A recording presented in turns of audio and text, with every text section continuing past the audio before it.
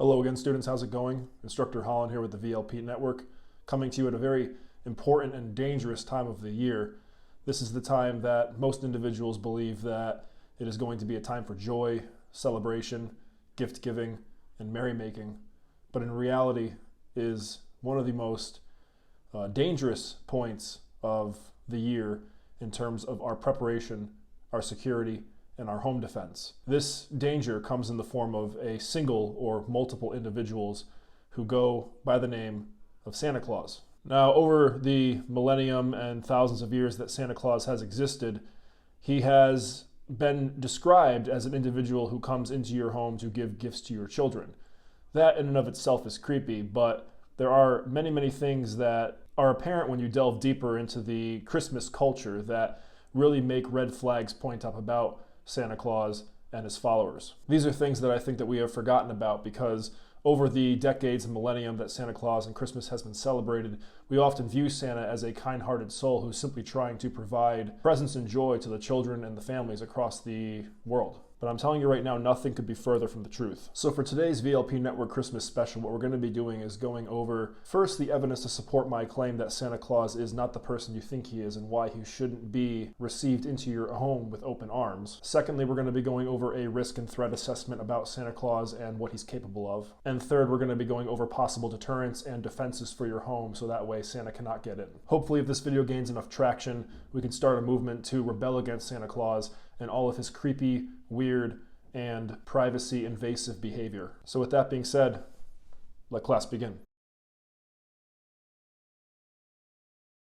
So students, if you were ever in the military or in law enforcement, you know that the first step in preparing a solid defense against an oppositional force is, first and foremost, knowing your enemy, knowing their strength, knowing what they're bringing to the table, and generally just having knowledge and information on them so that way you can better prepare yourself and your defenses for that particular opponent. In this case, we're looking at Santa Claus. Now, Santa Claus has gone by many names and aliases over the millennium and years that he has been active.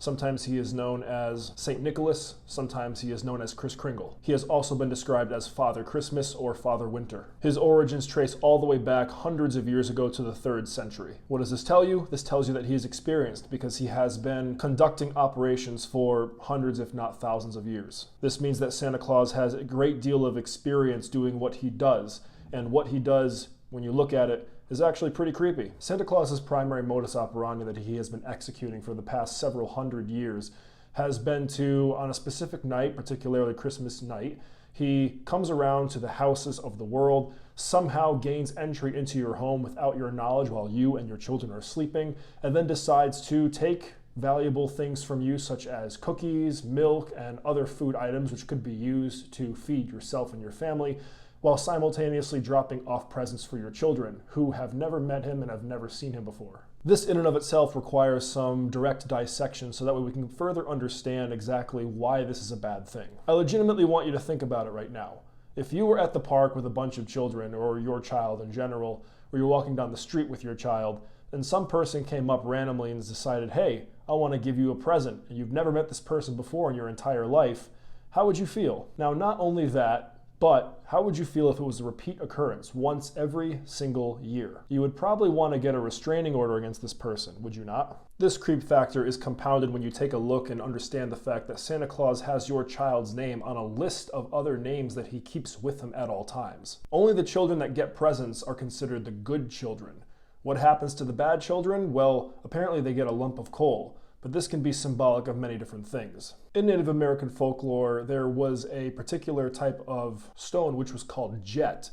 Jet is the precursor to coal. Once jet has been put under pressure, it becomes coal. And in Native American mythology and in symbolism, jet is used inside Native American jewelry to symbolize mourning and sadness. Why would Santa Claus be needing to send your family symbols of mourning and loss and sadness unless he meant to do something, or he was telling or predicting something in your future that had to do with loss, mourning, and sadness? To me, it sounds like Santa Claus is sending your children a message saying that they're about to die or something incredibly terrible is about to happen to them. Coal is also black in color, and it has been a common mythology occurrence all throughout human history that the color black has been associated with both death and demonology. If all that evidence isn't enough to convince you, however, one only needs to look at the lyrics of the popular Christmas carols that are appropriate for today's society, that are constantly sung around Christmas time, in order to fully understand just how deranged and maniacal this specific individual is. Probably the most obvious of these Christmas carols come from the lyrics, "Santa Claus is coming to town." I mean, really think about it. Let's dissect those lyrics right now. "You better watch out, you better not cry, you better not pout, I'm telling you why. Santa Claus is coming to town." That sounds rather threatening to me, doesn't it? Let's continue on with the lyrics. The lyrics further state, "He sees you when you're sleeping, he knows when you're awake. He knows if you've been bad or good, so be good for goodness sakes." Santa Claus sounds like that guy from the hit Netflix show You. He's watching you when you're sleeping, he knows when you've woken up. This is typical stalker behavior. The song lyrics further insinuate that if you don't behave the way that Santa Claus wants you to behave, there will be consequences, and he'll know about it. Further evidence can be found easily in Santa's name. Santa sounds very familiar, doesn't it, to an extreme bad guy from Christian theology and mythology. This extreme bad guy is the one big bad evil of the world that we all know as Satan. Satan, Lucifer, or the devil, is the primary evil that opposes God. And all we need to do in order to create Satan from Santa is to rearrange the N in his name. I don't think any evidence needs to be further elaborated on in order for you to understand just how much of a dangerous person this guy can be. So now that we have firmly established that Santa Claus is a threat to us and a potential stalker and creeper for your children, let's go into his methods of operation so we can further understand just what to prepare for. When going over a threat assessment, first we need to understand just how much oppositional forces we're going to be facing.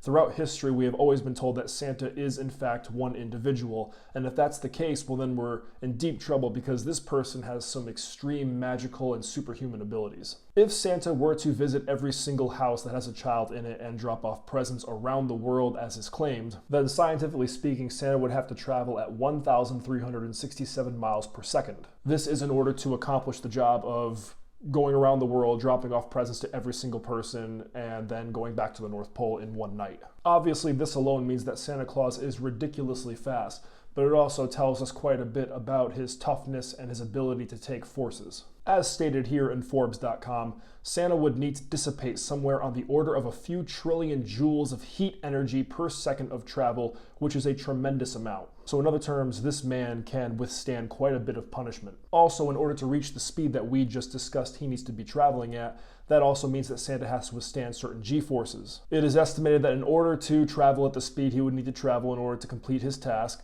Santa would need to withstand 1.5 billion Gs. This would have to mean that Santa is essentially the jolly, happy, gift-giving version of Superman or God in order for him to withstand all of these things. How could we possibly hope to contend with such an unstoppable force? Well, it's of my professional opinion, ladies and gentlemen, that we do not need to, because honestly, I don't think there is one Santa. I think what we're dealing with here is a consortium of individuals who are pretending to be Santa, who operate in a vast network of nation-based conglomerations and organizations who prepare and distribute presents and invade homes every single year. What if the mall Santas that you see at the mall and at the stores every time you go Christmas shopping are actually part of this consortium? All of them claim to be Santa. Who's to say that they are lying? I don't believe they are. It is also known that Santa, as an individual, operates at least a complex cell of elves and servants to help him prepare for Christmas. When we combine the number of potential Santas and elves across the world together, we get a staggeringly large number, an army as a matter of fact. And in order for us to defend against this, we have to be sure that we're well equipped and well prepared. Luckily for us, however, Santa is not the best at varying the times of his schedule nor his methods of operation. And so because of that, we're able to essentially figure out exactly what he's going to do, because he's going to do the same thing over and over and over again. Setting up complex ambushes and defenses are much easier when the person that you're targeting has a set schedule that they follow strictly and to the letter. Santa is a perfect example of this. Let's explore that now.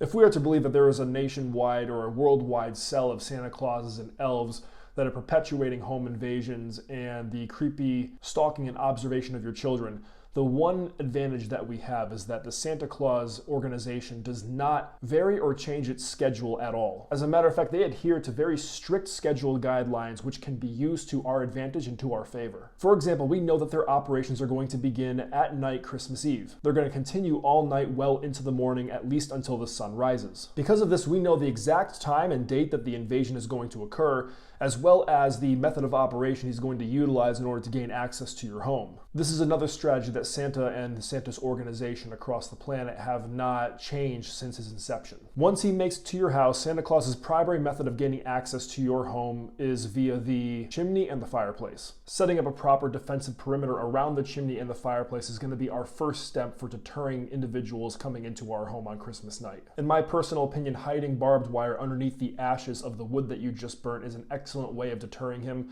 That way he can't see the barbed wire because the ashes are covering them. If you don't have access to barbed wire, you can simply go out back, grab some sticks from your trees, and make punji sticks, and they will do the same exact thing. However, punji sticks and barbed wire are not going to stop him dead in his tracks, only slow him down. It's for this reason that if you're going to set up firing positions, I believe you should set up firing positions at least 10 feet away from the opening of the chimney. You have to make sure that your left and right lateral limits are set so that way the fire that you put forth on Santa is not going to hit any civilians or people that are in your house as well by going through the walls or through the windows. The chimney and the fireplace are solid brick, and that means that anything 5.56 or lower is not going to have the penetrative capability of making itself through, at least not in small volumes of fire. This ensures that we're going to be able to put a lot of fire on that position without causing damage to the surrounding area or people in other houses or in our home itself. If your household has more than one fireplace or multiple fireplaces, it would be a good idea to either set up multiple defensive positions or, in my personal and professional opinion,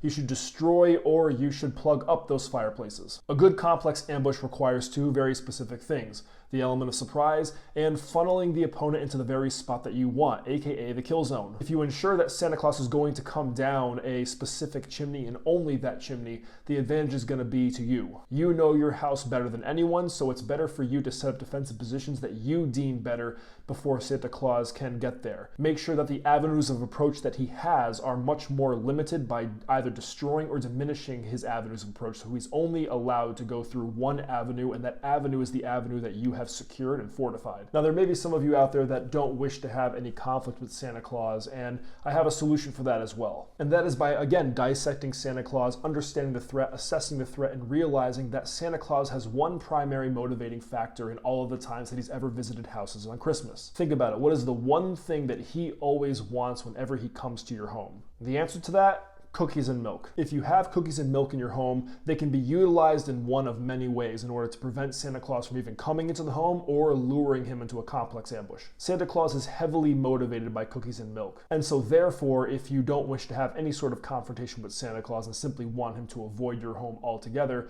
destroying your cookies and milk might be one of the better options.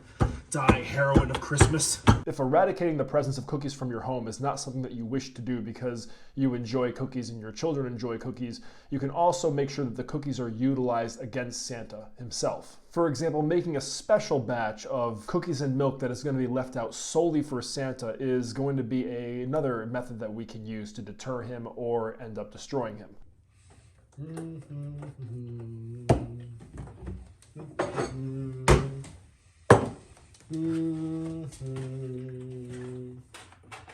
Strategically placing cookies and milk inside the kill zones and the defensive perimeters that you have created are also going to be excellent ways of deterring Santa. Always keep in mind that Santa may have brought reinforcements with him in the form of other Santas, or more than likely in the form of his henchmen, the elves. While elves are numerous, they are known to be small in stature, and so kicking them is going to be quite simple and easy. Based on the research that I have conducted over several long months of preparing for this specific holiday, I have come to the conclusion that a basic elf is about the same weight and size as a 10-year-old child. It is for this reason that I, as your instructor, highly recommend to all students that they take some time to do some self-reflection. And in that self-reflection, I recommend that you determine just how many 5th graders you are able to fight off physically at one time. For myself, after having done my own self-reflection on this matter, I have determined that based upon my conditioning, my self-defense and martial arts experience after decades of training, as well as force multipliers that I have in the house like weapons and other handheld utensils, I will be able to hold off between 10 and 20 fifth graders at one point in time. The melee combat will be vicious, but I feel like if I can defend my legs properly, then they're going to have a hard time taking me down.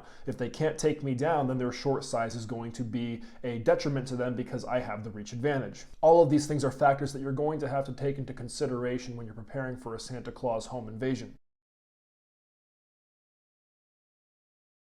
So in conclusion, students, I hope that you found this information informative and helpful because, as we all know, now at least, Santa Claus is not the person that he appears and does have shady business practices as well as a shady past. The entire point of this channel is generalized preparation so that way we as individuals and citizens of this country can be better prepared and more security conscious. Celebrating a day where a 6'5", 500-pound man secretly comes into your house without your consent or knowledge in the middle of the night via your chimney with the sole intention of taking your food and giving presents to your kids who he has on a list and is determining to be either naughty or nice every single year is a little bit outside of the realm of what we consider security consciousness. So students, I hope you have a happy holidays. This is a special video that I wanted to give out to you guys a few days before Christmas occurs, so that way you can be better prepared for both for your families and your households, so that way you can avoid any sort of mischief on the night of Santa Claus's invasion. I will see you all after the holidays with our normal excellent content. I hope you stay safe and stay prepared because remember, victory loves preparation, especially when Santa Claus is involved. Have a good one, guys.